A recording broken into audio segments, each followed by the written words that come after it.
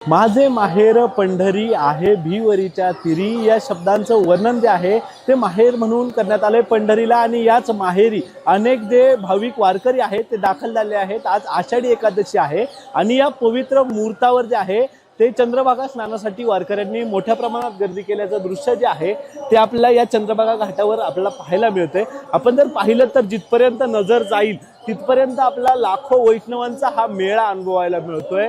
खरं तर हा सुख सोहळा स्वर्गी नाही अशा स्वरूपाचं या सोहळ्याचं वर्णन केलं जातं।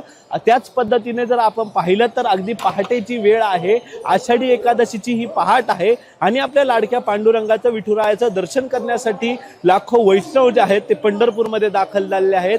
त्यांचा 17-15 दिवसाचा जो काही वारीचा कालावधी आहे तो पालखीचा कालावधी पूर्ण करून ते या पंढरी नगरीमध्ये दाखल झालेले आहेत आणि पवित्र अशा चंद्रभागा नदीवर ते स्नान करून जे आहे ते लाडक्या विठुरायाच्या दर्शनासाठी ते जातात। आणि या स्नानाला जे आहे ते विशेषतः आजच्या दिवशी मोठ्या प्रमाणावर महत्त्व असल्याचं आपल्याला पाहायला मिळतं। त्यामुळे हे सर्व जे लाखो वैष्णव आहेत ते या चंद्रभागा किनारी काठावर दाखल झाल्याचं आपल्याला पाहायला मिळतंय।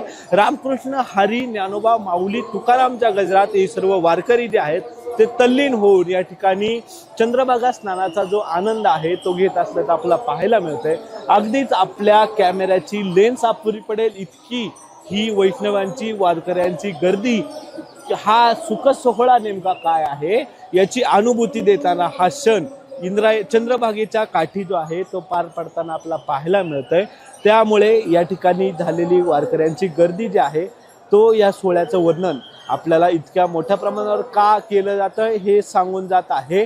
असंख्य भाविक जे आहेत ते अगदी कालपासूनच जे आहेत त्या या चंद्रभागा स्नानासाठी गर्दी करत असल्याचं आपल्याला पाहायला मिळत होतं। मात्र आज जी आहे ती आषाढी एकादशी आणि याच मुहूर्ताला अनुसरून जे आहे ते अनेक भाविक स्नान करत असताना आपल्याला पाहायला मिळतंय।